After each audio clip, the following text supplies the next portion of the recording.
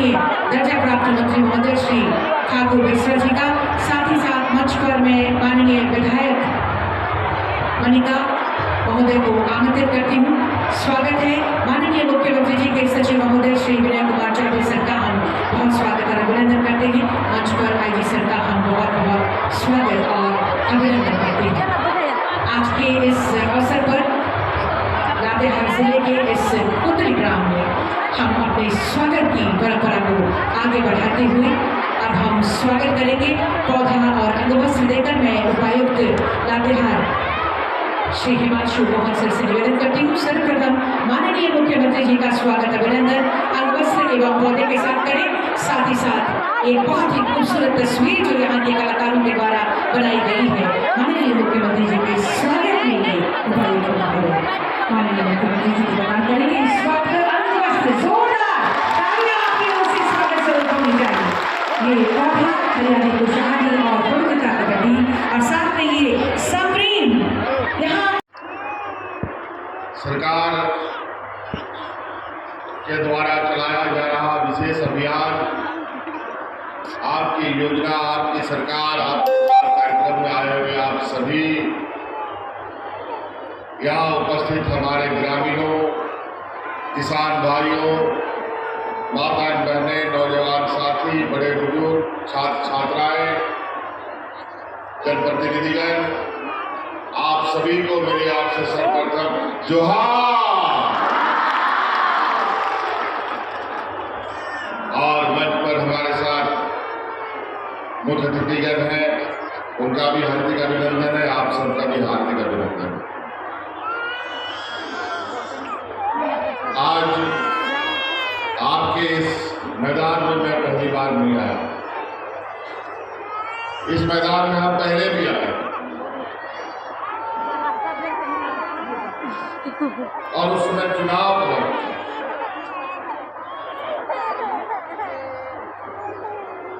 और हमने उस समय क्या कहा था, अगर आपको याद हो, हमने उस समय ये कहा था कि अगर हमारी सरकार बनेगी, यहाँ के आदिवासी मूलवासी की सरकार बनेगी, तो ये सरकार दिल्ली से नहीं चलेगा। ये सरकार रांची के हेडक्वार्टर का एयर कंडीशन कमरा से नहीं चलेगा। ये सरकार गांव से चलेगा और गांव के लोगों के साथ चलेगा।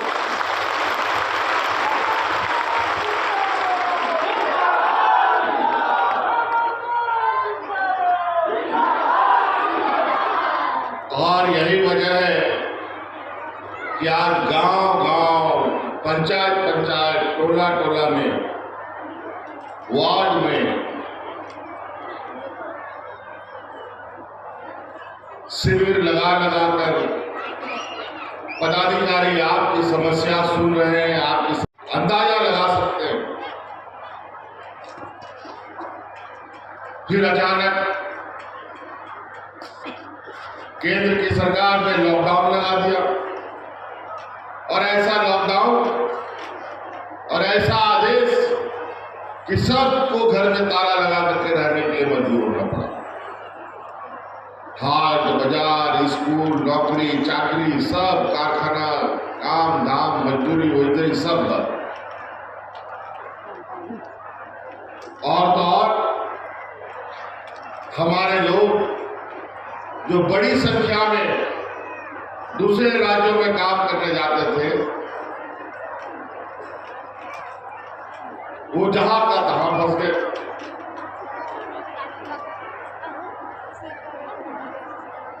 कई लोग मजदूर तबका का था बेचारा, उसको उस राज्य में रहने का नहीं था कोई जगह।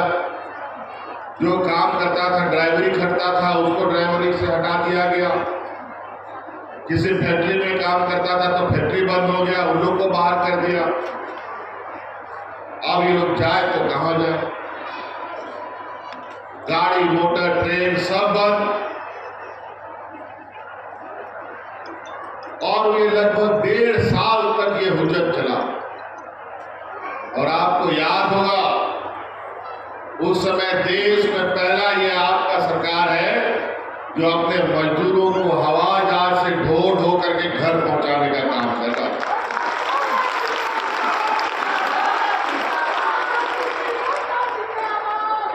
देश में कोई सरकार नहीं किया, देश में किसी सरकार ने ये काम नहीं किया। और हमारे विपक्ष के लोग तो ये कहते थे कि हम अच्छे दिन लाएंगे, हवाई चक्कर वालों को हवाई जहाज में चढ़ाएंगे, लेकिन उन बेईमानों ने ना हवाई जहाज में चढ़ाया बल्कि सड़कों पर मरने के लिए छोड़ा। लेकिन हमने अपने उन मजदूर भाइयों को जो हवाई चप्पल पहन करके निकला, उन मजदूरों को हवाई जहाज से ढो करके घर पहुंचाने का काम हमने किया।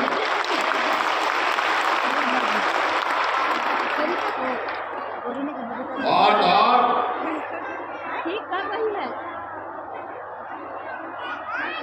जब डबल इंजन की सरकार यहाँ पर थी, हमारे विपक्षों की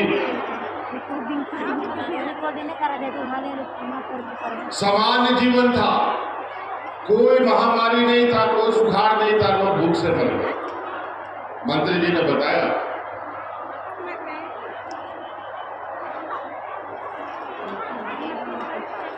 तो ऐसी स्थिति रही। आज हम लोग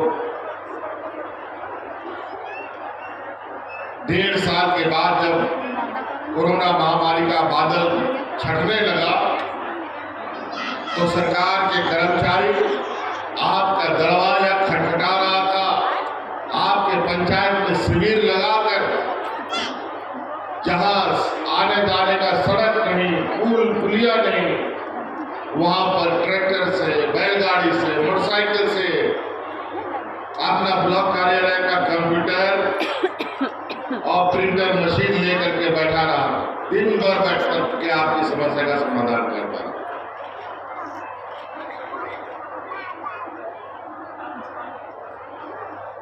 पहला शिविर जब लगा 2021 में, तो गांव से हमको लगभग 35 लाख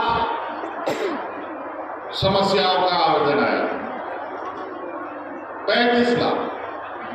फिर दूसरा शिविर लगाए तो उसमें 55 लाख आ गया गांव से समस्या का आवेदन।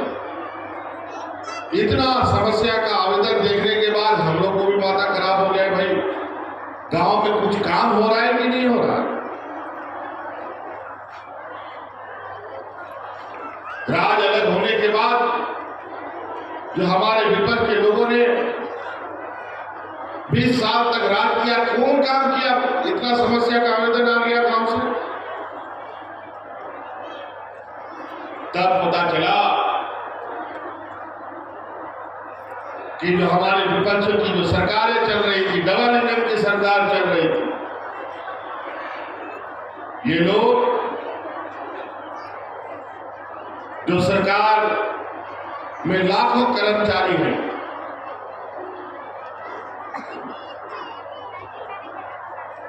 रांची हेडक्वार्टर से लेकर के पंचायत तक, ब्लॉक तक, सभी मिलाकर लाखों कर्मचारी हैं। और सरकारी बजट का सबसे अधिक पैसा उन कर्मचारियों के तनखे में जाता है। जो कर्मचारी को आपकी सेवा के लिए तनख्वाह मिलता था, उन सभी कर्मचारियों को आपकी सेवा छोड़ करके वो लोग अपनी सेवा में लगवा दिया।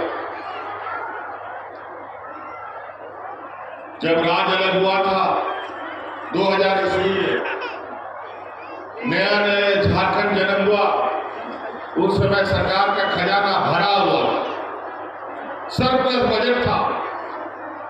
आज घाटे का बजट में चला, कहां चला गया वो पैसा? जब ये राज जन्म लिया उस समय तो पैसे लेके जन्म पैदा हुआ था। फिर ये राज सबसे ज्यादा पिछड़ क्यों गया? आज ही देश का सबसे पिछड़ा राज कहलाता है, सबसे अधिक गरीब लोग इसी राज्य में रहता है, सबसे अधिक मजदूर इसी राज्य में है। ये कलम कैसे इस राज्य में लिखा गया? 20 वर्षों तक क्या काम किया इन लोगों ने? लोग भूख से मरने लगा, लोग दूसरे राज्य में पलायन करने के लिए मजबूर होना पड़ा।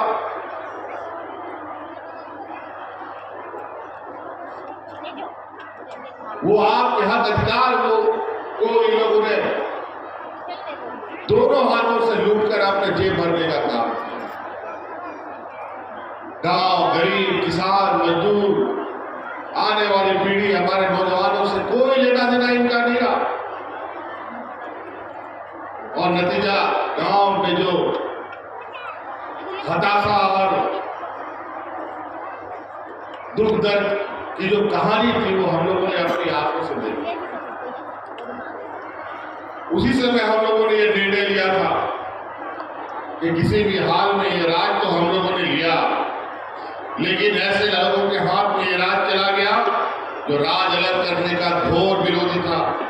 वो नहीं चाहते हैं कि यहाँ के लोग पढ़े लिखे और मजबूत बने। वो नहीं चाहते हैं कि हमारा यहाँ का झारखंड का बेटा इंजीनियर, डॉक्टर, वकील बने।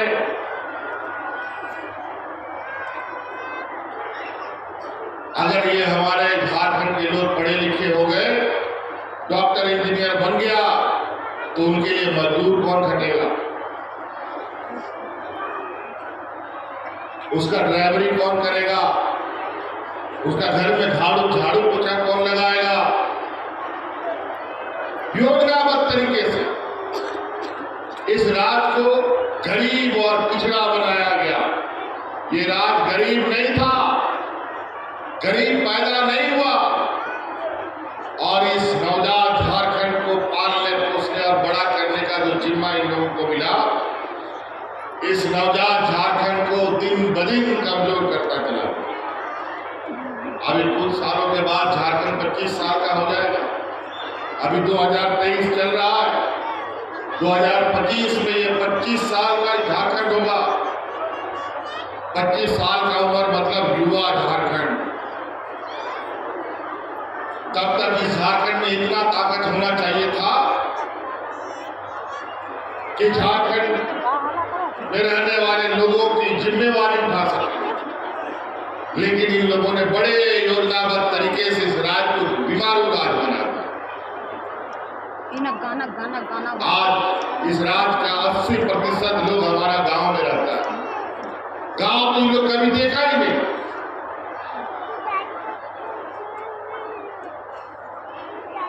और नतीजा गांव का दिन ब दिन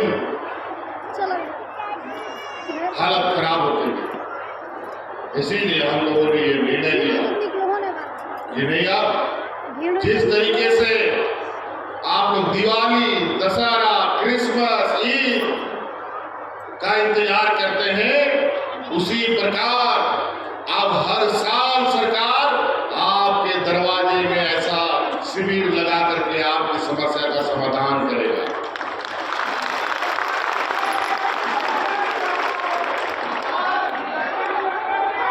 आज के दिन में भी कई ऐसा गांव देहात है, कई ऐसे लोग हैं जिन्होंने कभी ब्लॉक कार्यालय नहीं देखा, कभी वीडियो सीओ को नहीं देखा। सभी चीज दलाल के चारों तरफ घिरा मिलता है। आज वीडियो सीओ, डीसी, एसपी सभी आपके गांव में, पंचायतों में घूम रहे हैं, लातेहार जिला है। ये 23 नवंबर से ये शिविर चल रहा है पूरे राज्य में। अभी 29 तारीख को ये खत्म हो, कल परसों। जैसे किसी जिला में तो छोटा जिला है तो उसमें खत्म भी हो गया होगा। अब उसमें कितना आवेदन आएगा वो हमें देखना पड़ेगा।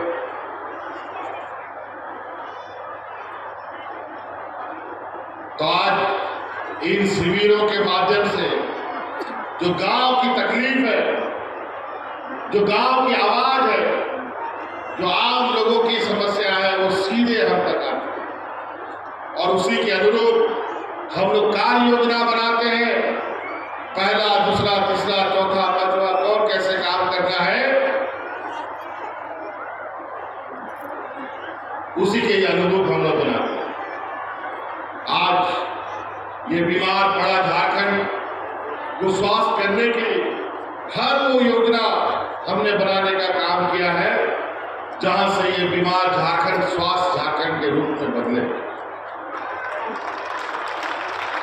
और हमारा प्रयास है, लगातार हम इस काम को कर रहे हैं कि ये झारखंड का जो जड़ है गांव में बसता है, 80% लोग हमारे गांव में बसते हैं, उन गांव के लोगों को हम कैसे मजबूत करें ताकि आने वाला समय में झारखंड के माथे पे जो पिछड़ापन लिखा है उसको मिटाया जा सके।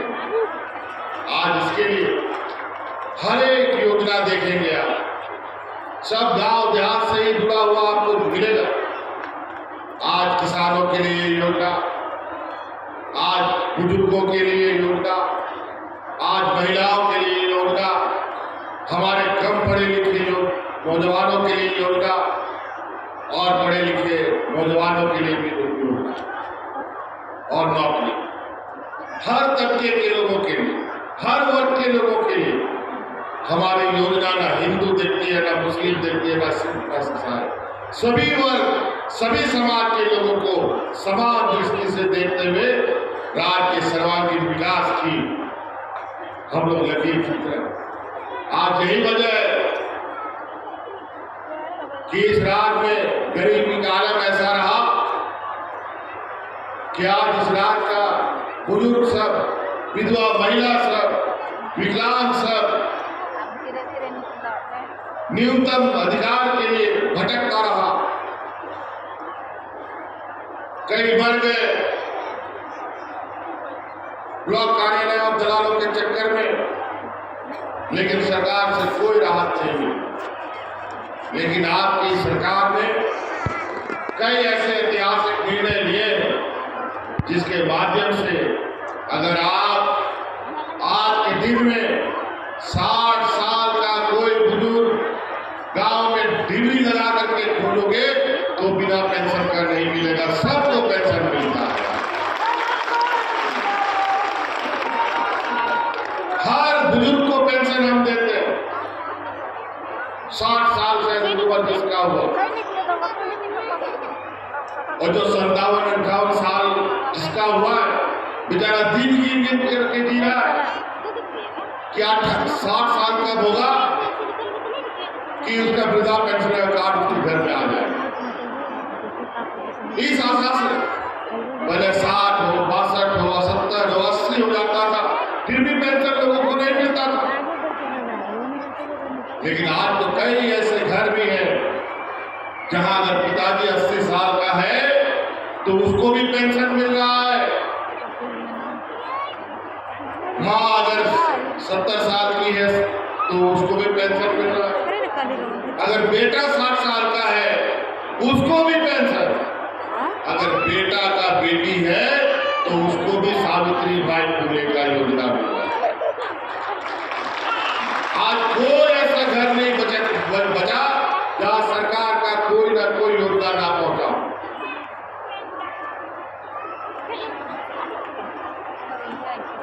कुछ ना कुछ माध्यम से हम हर दरवाजे तक, हर घर तक पहुंचने का प्रयास करें, लेकिन इतना से काम नहीं चलेगा।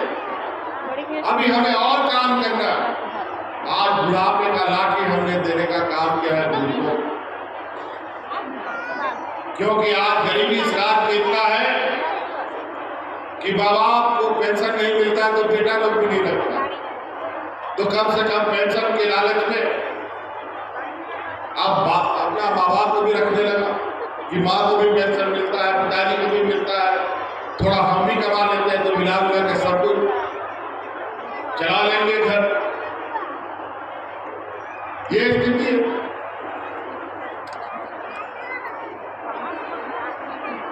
अभी हमारे श्रम मंत्री जी ने कहा कि श्रम विभाग से भी कई योजना मिलती है, साइकिल मिलता है, पेंशन मिलता है, छठियारी के लिए पैसा मिलता है,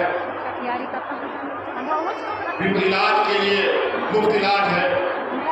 इसके लिए आप लोग जो श्रम विभाग का कार्यालय है वहां पर जो मजदूर तबके का व्यक्ति है वो जाकर के वहां अपना नाम दर्ज कराए। अगर उसका बाल बच्चा है तो उसको भी अलग से पढ़ाई का पैसा हम लोग शिक्षा विभाग से तो मिलेगा ही मिलेगा, लेकिन श्रम विभाग से भी आपको अलग से मिलेगा, पेंशन भी मिलेगा। अगर 1000 रुपया अभी सबको पेंशन मिलता है तो श्रम विभाग की तरफ से भी आपको अलग से पेंशन मिलेगा।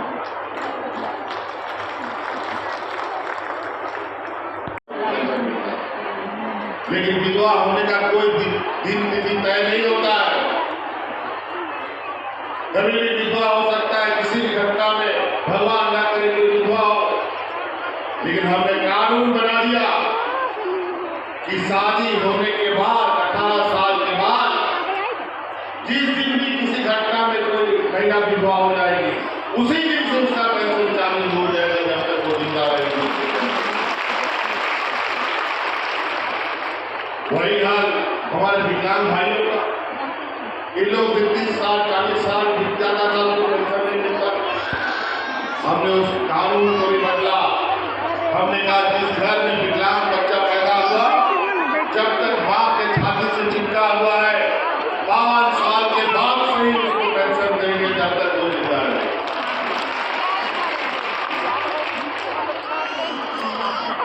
आज कोई विकलांग बिना पेंशन का नहीं। पहले तो लोगों को साइकिल मिलता था, वो हाथ से चलाने वाला विकलांग। आज हम लोगों ने उन विकलांगों के लिए बैटरी से संचालित साइकिल देना शुरू कर दिया। अब पैदल चलाने की जरूरत नहीं पड़ेगी।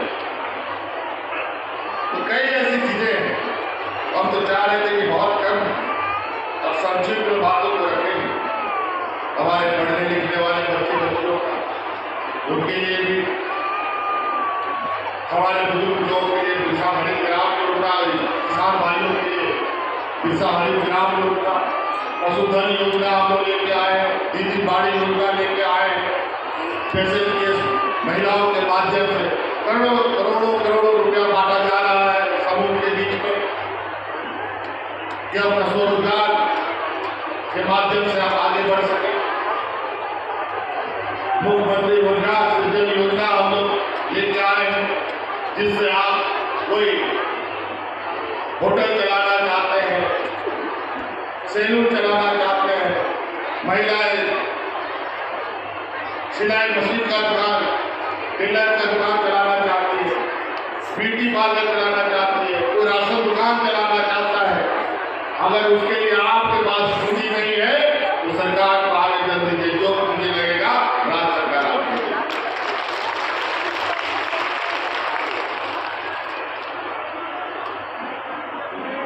यहाँ कई लोग हम देखते हैं, हमारे घर में भी एक चलता है, बहुत लोग ड्राइवरी करता है, ड्राइवरी कर करके अपना घर चलाता है। हम अपना घर में भी ये बात है, तुम लोग तो ड्राइवर बन गए, ऐसा काहे नहीं होता है कि तुम गाड़ी का ही मालिक बन गए। आज हम लोग मुख्यमंत्री रोजगार योजना से बिना किसी गारंटी का हम लोग, चाहे आप है, हमारे राज्य की बेटियां इतनी होनहार और इतनी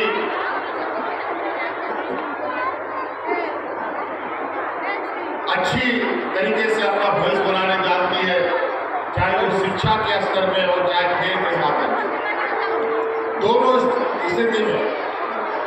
और गरीब परिवार में बच्चियों को बोझ माना जाता है, 8वां 9वां क्लास पास होता नहीं है, बेटी के लिए बुरा ढूंढने लगता है माँ बाप को। हम उन माँ बाप से कहना चाहेंगे, बेटियां बोझ नहीं बनेगी आपकी। इसी के लिए पहला चरण में हम लोगों ने सावित्री बाई फुले योजना किया है, और आने वाला समय में ये सावित्री बाई फुले योजना का दायरा हमने बढ़ाया है। पहले 2 बेटियों के लिए ये दायरा था, अब घर में 2, 3, 4, 5 बेटी भी है तो 5 बेटी को सावित्री बाई फुले योजना का लाभ है।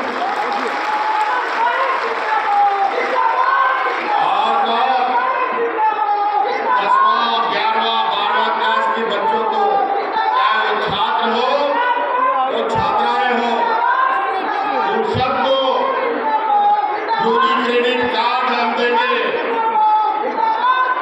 गुरुजी क्रेडिट कार्ड देंगे। वो इसलिए देंगे कि आपको पता है कि डॉक्टर पढ़ने में कितना खर्चा होगा, आपको पता है इंजीनियर बनने में कितना खर्चा होगा, आपको पता है जज बनने में कितना खर्चा होगा। इसकी पढ़ाई बहुत महंगी होती है। अब आने वाला समय में जो हमारे गरीब माँ बाप सरकारी स्कूलों में मात्र कोई डिग्री प्राप्त कर लो और टीचर के लिए नौकरी ढूंढो वाला काम हो जाता था, अब उसकी जरूरत नहीं है। आप डॉक्टर बनना चाहते हैं, इंजीनियर बनना चाहते हैं, वकील बनना चाहते हैं, जज बनना चाहते हैं, तो बिना किसी बंधक का, बिना किसी खेत जमीन बेचने का सरकार के द्वारा अपने होनहार बच्चों को 15 लाख रुपया तक का राशि उपलब्ध कराने का काम करेगा।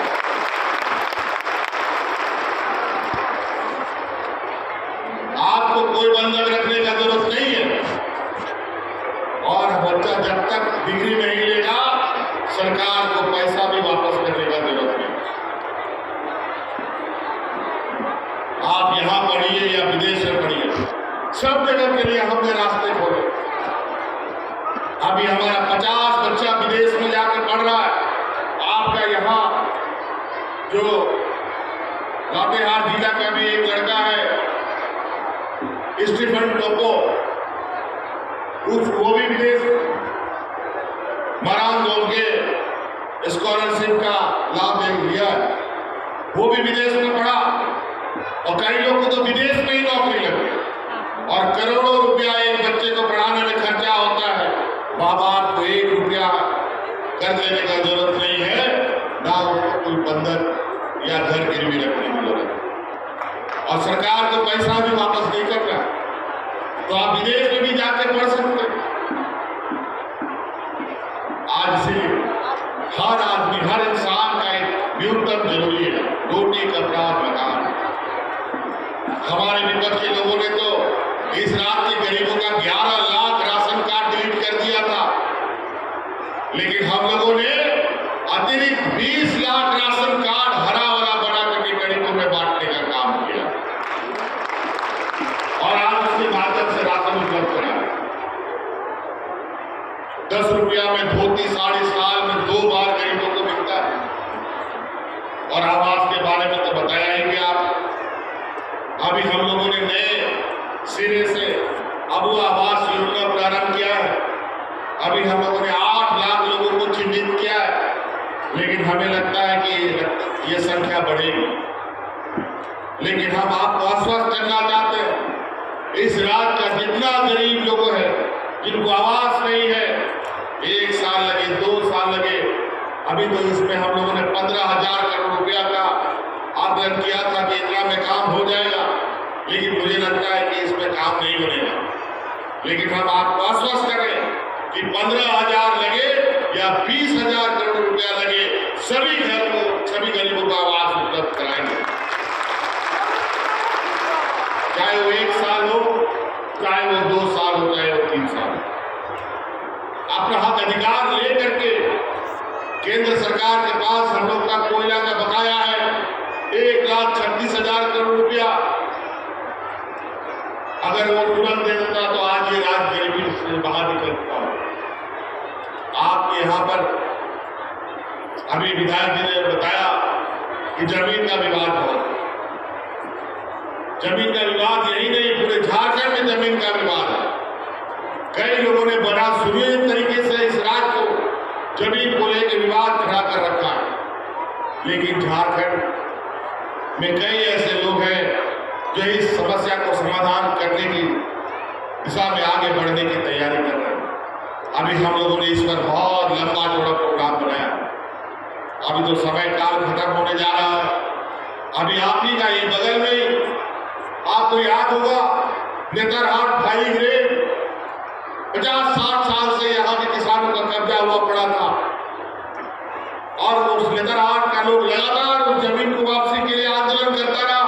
कई लोग मारे भी गए, लेकिन कभी उसको जमीन नहीं मिली। लेकिन आपकी ये सरकार बनने के बाद नेतरहाट के लोगों को उसका का जमीन वापस करने का काम हम लोगों ने किया।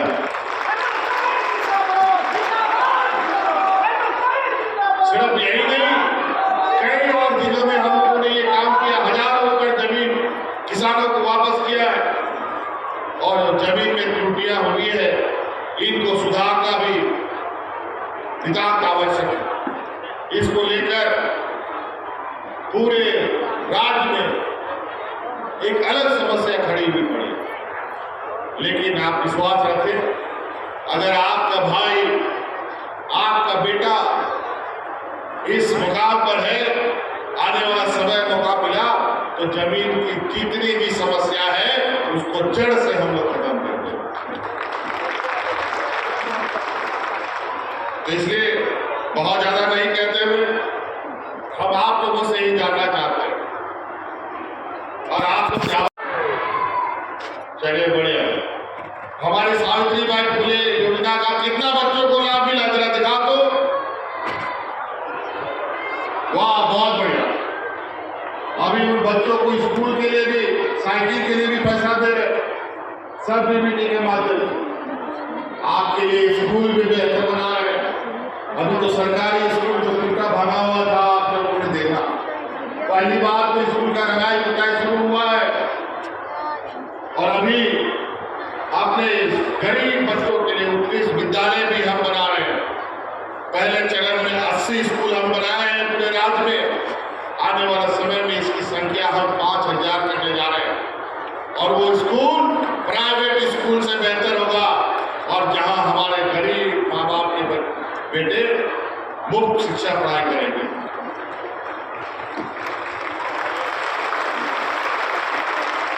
कई जगह तो प्राइवेट स्कूल से बच्चों को निकाल कर सरकारी स्कूलों में डाला जा रहा है हमारे विद्यालय से। कई जगह से ये खबर आई, तो इसलिए ये एक कई काम करते हैं। 20 साल में इस लोगों ने बहुत इस राज्य के साथ खिलवाड़ हुआ है। अभी हम लोगों ने कानून भी बनाया, अभी हमने डीसी को बोला कि आपके इस जिले में कई खनन कंपनियां आ रही है, कई खनन कार्य शुरू करने जा रही है, उन सभी खनन कंपनियों को बुलाओ और बैठाओ और उनको बताओ कि यहाँ पर ट्रेनिंग सेंटर खोलो और यहाँ पर बड़ी बड़ी जो मशीनें चलती हैं कोयला खदान करने के लिए, उन सभी मशीनों में यहाँ का लोकल नौजवान उसका ऑपरेटर रहेगा, उसको सिखाने का काम वो कंपनी को करे। और हमने कानून भी बनाया है कि जहां भी कोई काम होगा उसमें 75% लोग वहां के स्थानीय लोग भी काम करेंगे, बाहर से कोई आगे काम नहीं करेगा। हम ये सुनिश्चित कराना प्रशासन का जिम्मेवारी और इसका समय समय पर हम लोग भी आकलन करेंगे। तो कई सारी चीजें अगर हम एक एक करके कराना शुरू करेंगे तो बहुत लंबा समय लगेगा। इसीलिए आपकी सरकार, आपके द्वार ये एक त्योहार है, जैसा त्योहार आपका अलग अलग वर्गों का, अलग अलग समाजों का आता है, ये पूरे राज्यवासियों के लिए, हिंदू मुस्लिम सिख ईसाई सब के लिए आज पेंशन सभी वर्गों को मिलता है, सभी समाज को मिलता है। सभी समाज वर्ग के बच्चों को सावित्रीबाई फुले का योजना मिल रहा है, सभी समाज वर्ग को भी साइकिल मिल रहा है, किसी को हम लोग अछूता नहीं रखते। लेकिन कुछ लोग हैं आज देश के अंदर, राज्य के अंदर, जो जाति समाज के नाम पर लोगों को भेदभाव कर रहा है। ध्यान रखिएगा उन षड्यंत्रकारियों से। 20 साल तो इन लोगों ने कुछ दिया नहीं। आज पूछिए तो गांव में बिना पेंशन का कोई बुजुर्ग है क्या? पहले क्यों नहीं इन लोगों ने समाधान किया गरीबों का? सब भगवान भरोसे छोड़ दिया। तो इसीलिए आप सब लोग इन षड्यंत्रकारियों से भी बचने का काम कीजिएगा और सरकार के साथ कदम से कदम मिलाकर चलने का प्रयास करें ताकि इस राज्य को अग्रणी राज्य बनाना है। ये राज्य हमें ऊपर वाले ने गरीब नहीं बना के देगा। हमारा झारखंड का धरती के अंदर इतना खनिज संपदा है, इतना खनिज संपदा है, इन झारखंड में कई राज्यों को झारखंड पाल सकता था, लेकिन आज इसके बाद वृद्धा पेंशन के लिए आएंगे राजकुमार यादव। वृद्धा पेंशन के लाभों के साथ आएंगे।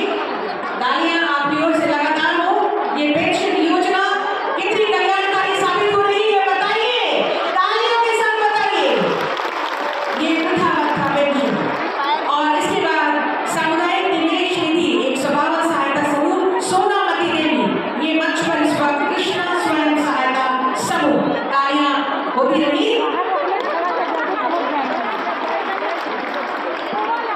इनके बाद विशेष केंद्रीय सहायता योजना के तहत लागू आएंगे जालिम खुर्द लैंड्स लिमिटेड, जालिम खुर्द लातेहार,